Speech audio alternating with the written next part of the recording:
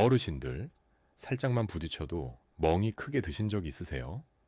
아니면 발을 헛디뎠는데 뼈가 부러질 뻔해서 깜짝 놀라신 적은 없으셨습니까? 이게 바로 조용히 다가오는 골다공증입니다. 겉으로는 멀쩡한데 뼛속은 이미 약해져 있는 거죠. 안녕하세요. 시니어 헬스 클리닉 정세민 원장입니다. 그런데 다행히도 우리가 매일 먹는 음식만 조금 바꿔도 뼈를 튼튼하게 지킬 수 있습니다. 오늘은 그 중에서도 단백질이 풍부한 음식 7가지, 그리고 그것을 더 똑똑하게 먹는 방법까지 함께 알려드리겠습니다. 안녕하세요. 반갑습니다. 오늘도 건강 이야기로 함께하는 정세민 원장입니다. 골다공증 참 무서운 병입니다. 왜냐하면 증상이 없거든요. 그냥 평소처럼 살다가 작은 충격에도 뼈가 뚝 부러지면서 알게 되는 경우가 많습니다. 그래서 소리 없는 도둑이라는 별명이 붙었지요. 세계보건기구 WHO 자료를 보면요. 50세 이상 여성 3분 중 1분, 그리고 남성 5분 중 1분은 골다공증으로 인한 골절을 겪는다고 합니다. 참 남 얘기가 아니지요. 그런데 뼈 하면 우리는 흔히 칼슘을 제일 먼저 떠올립니다. 그런데 뼈 속을 자세히 보면요. 절반은 단백질로 이루어져 있습니다. 아, 참 놀랍지요? 칼슘만 챙기면 되는 줄 알았는데 그 칼슘을 뼈에 붙여주는 게 바로 단백질입니다. 또 단백질은 근육도 만들어주니까 넘어져도 뼈가 덜 다치게 막아줍니다. 그러니 뼈 건강의 핵심은 칼슘 플러스 단백질입니다. 오늘은 단백질 음식 7가지, 그리고 그냥 먹는 게 아니라 어떻게 먹어야 효과가 더 좋은지까지 알려드리겠습니다. 자, 그럼 첫 번째로 많이들 좋아하시는 멸치 같은 뼈째 먹는 생선부터 볼까요? 멸치, 뱅어포, 잔새우 같은 것들이지요. 작은 생선은 뼈째 먹을 수 있으니까 단백질도 얻고 칼슘도 듬뿍 얻을 수 있습니다. 2가지를 한 번에 챙기는 거니까 얼마나 든든합니까? 그런데 그냥 먹으면 좀 짜잖아요. 그래서 살짝 물에 헹궈서 볶아 드시면 훨씬 좋습니다. 멸치볶음을 하실 때 참기름이나 깨를 뿌려주면 칼슘 흡수도 더 잘 된답니다. 아이고, 밥상에 멸치볶음 하나만 있어도 밥이 술술 넘어가잖아요. 그렇지요? 2번째로는 고등어나 꽁치, 연어 같은 등푸른 생선입니다. 이것들은 단백질뿐만 아니라 비타민 D도 풍부합니다. 비타민 D가 있어야 칼슘이 뼈에 잘 붙거든요. 또 오메가3 지방산이라는 성분이 뼈를 약하게 만드는 염증을 줄여줍니다. 그래서 뼈를 좀 더 오래 튼튼하게 지켜줍니다. 효율적으로 드시려면 기름에 튀기기보단 구이 조림, 찜이 좋습니다.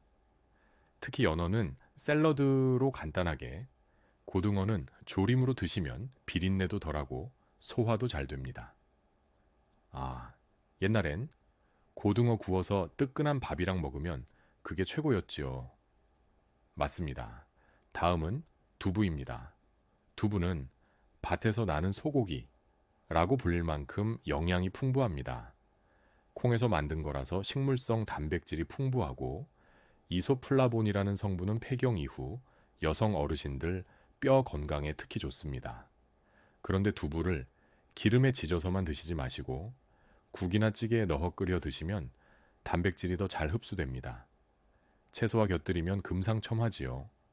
두부찌개에 밥 한 숟가락 비벼 먹으면 참 맛있지요. 4번째는 우유와 유제품입니다. 우유는 뼈 건강의 기본이라고 하잖아요. 칼슘도 많고 단백질도 많습니다. 아침에 따뜻하게 한 잔 드시면 흡수율이 더 좋습니다. 햇볕 조금 쬐은 뒤에 우유를 마시면 비타민 D 합성과 맞물려 효과가 2배로 올라갑니다. 속이 불편하신 분들은 락토프리 우유나 요거트, 치즈로 대신하셔도 됩니다.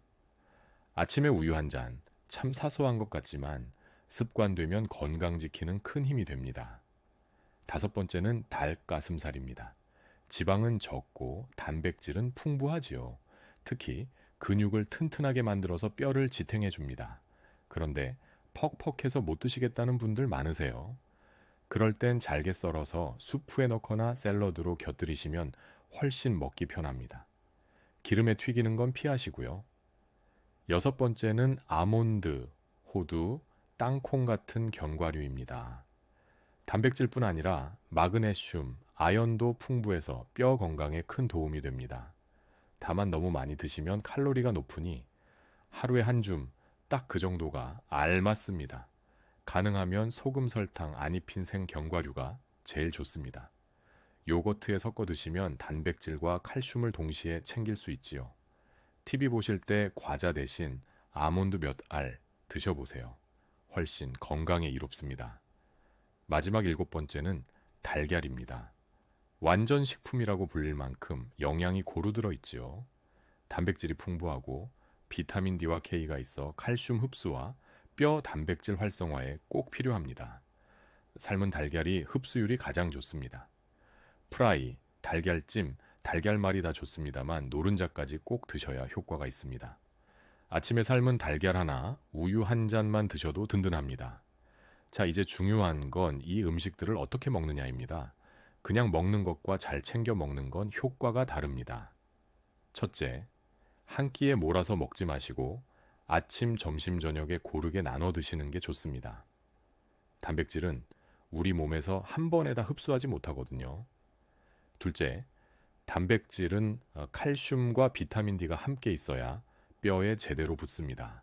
그러니까 우유나 요거트, 햇볕쬐는 습관과 같이 챙기시면 훨씬 효과가 큽니다. 셋째, 단백질을 먹을 때 신선한 채소나 과일도 곁들이면 좋습니다. 비타민C가 콜라겐 합성을 도와서 뼈가 더 튼튼해집니다. 생선구이에 레몬 한 조각 곁들이는 이유가 다 있는 거죠. 넷째, 소금과 가공식품은 줄이셔야 합니다. 염분이 많으면 몸속 칼슘이 빠져나가니까요. 멸치나 치즈 드실 땐 가능하면 저염 제품을 고르시면 좋습니다. 다섯째, 조리법도 중요합니다. 튀기기보단 찌거나 삶고 조림이나 찜으로 드시면 소화가 더 잘 되고 흡수율도 높습니다.